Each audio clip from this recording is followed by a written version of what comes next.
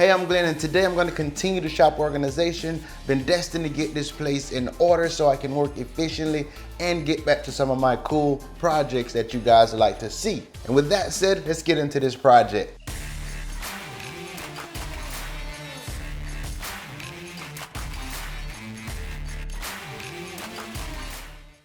Over the years, I've collected a number of clamps, and for a long time I've been pushing off building a clamp rack.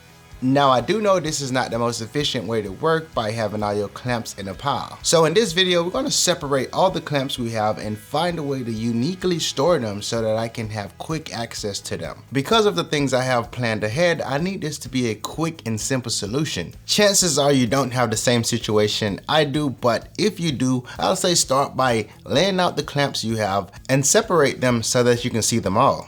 This will take some time, but lay them out on the floor to give you a visual of what you want to put together. If you missed the last video, I made this plywood storage on wheels so that I can move my plywood and gain some wall space back.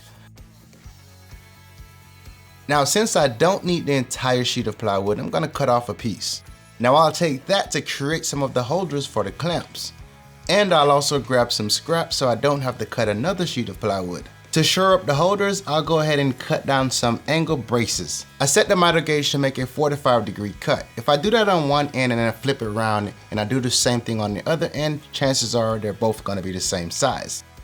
Now I'll take the small shelves and set the distance of the fence away from the blade and then just cut off the ends of the braces. That would all make sense in a few. I'll need 2 of these angles per shelf, so I'll make enough for all the shelves I plan to put up. Ideally, I could have built the entire clamp rack on the ground or on a flat surface, but I decided I'm just going to mount the plywood to the wall first and then start to add all the pieces that I had in mind. I located 2 studs in the wall and then I screwed the plywood to those. If you were to mount this to concrete or a cinder block wall, you would do it the same way. Basically hold the plywood up in the area you want to post it. Then you'll use a masonry bit and drill through the plywood and into the wall. Then take the appropriate Tapcon and then drive that through the plywood and into the wall.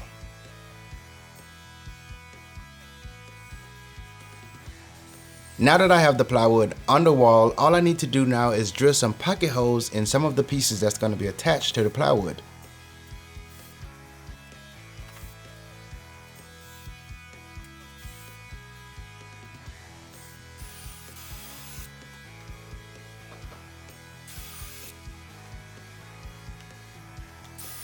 I want to keep as much of the pocket holes hidden as possible. And this means even drilling some of the holes right where the braces is going to sit. To mount the holders, or what I refer to as shelves, I first started by marking a line just as a reference point so I can start laying out the locations for the clamps. Now the clamps will be heavy, so I want to use wood glue just to shore up the joint and make sure these don't loosen up over time.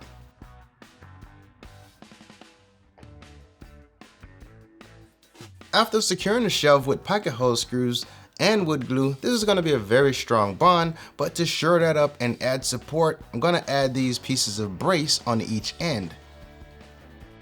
I use wood glue and brad nails as a quick way of attaching these braces. You can get away by using wood screws at the top and pocket hole screws on the side. And a lot of this is quite repetitive since they're being installed the same way whether they're big or they're small.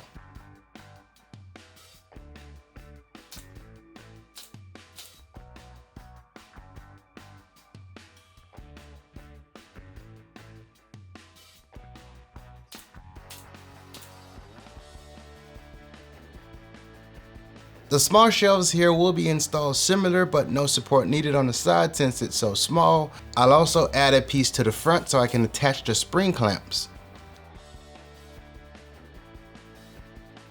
And I have even more spring clamps, so I'll add a second one right below.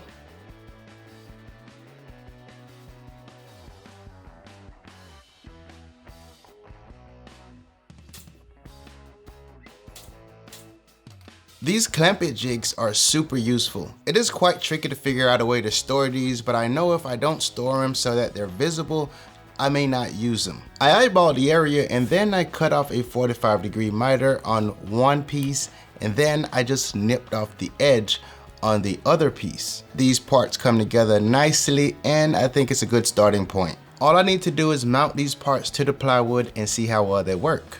They do sit okay with the L bracket I made, but I can see that they have potential to fall off. With that in mind, I'll make sure the second bracket is close enough. This way the clamp it jigs can hit that and not fall off.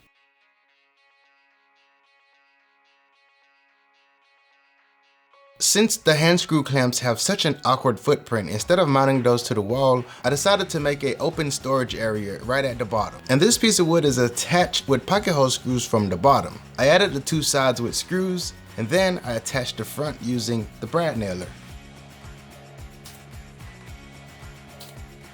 Now as time goes on, I'm pretty sure I'm gonna get more accustomed to this and probably make some future changes to adjust to new clamps or when I get rid of anything. But for now, this is the overall look of it, and I need to make a couple more changes before I start loading this up. Now I could have routed the slots for the parallel clamps in prior to even attaching it to the plywood, but I felt it would be just as easy to just do it this way by just placing the clamps in place and marking them where they should be. I'm gonna use this piece of scrap wood as my guide and run along that with the router. Now I'll take a few passes before I cut all the way through. This way I'm not putting so much pressure on the router bit. I pushed the router all the way to the plywood, which left me about 1.5 inches of support. I also turned off the router right there and wait for the bit to stop spinning. Then I'll adjust the bit again, lowering the bit about 1/8 inch to 1/4 inch. And I'll repeat that until I go all the way through.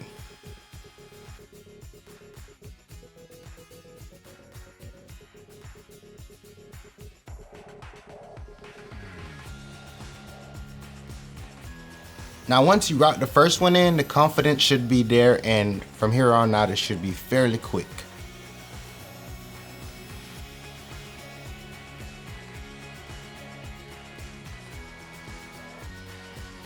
And to remove the danger factor, I'm gonna take sandpaper and round over the sharp edges. And now the best part about this experience is I get my floor space back, and most importantly, I can now put all the clamps up because I do have a place for them to go.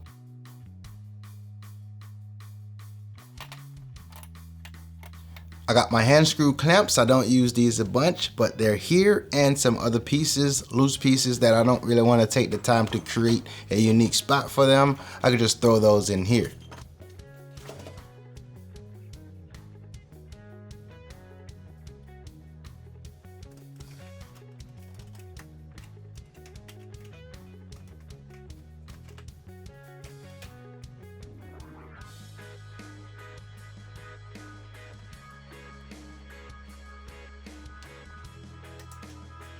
Now since I moved a ton of my stuff out of the shop, a lot of my clamps got separated.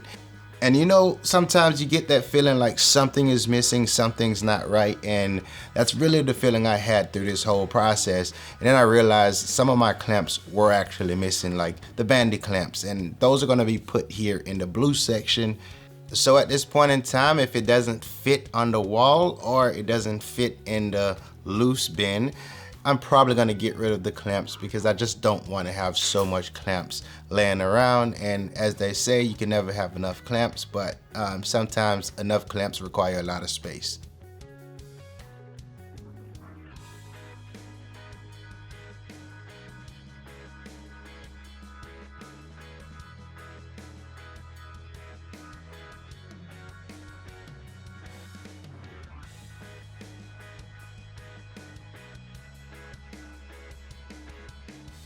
That is it for this project. I'm super excited about the way this turned out. You know, just being able to come over here and just grab a clamp and just go to work, I feel like that's definitely gonna increase a lot of my efficiency, and it just allowed me to keep a cleaner shop. So really excited about that. And that's pretty much it for this project. Hope you enjoyed this one. If you did, go ahead and smash that thumbs up. If you're new here, I'm Glenn. Be sure to subscribe to the channel, and don't forget to ring that bell notification so that you get notified when I upload a new video. With so many moving pieces, it's been hard to get you guys consistent content, and this is why I'm kind of going through this process to try to improve that. And I'm so excited to be able to get to my to-do list and also the bill request list that you guys have given me over time. So can't wait to get to those and just keep bringing content to you guys. So until next time, I'll see you.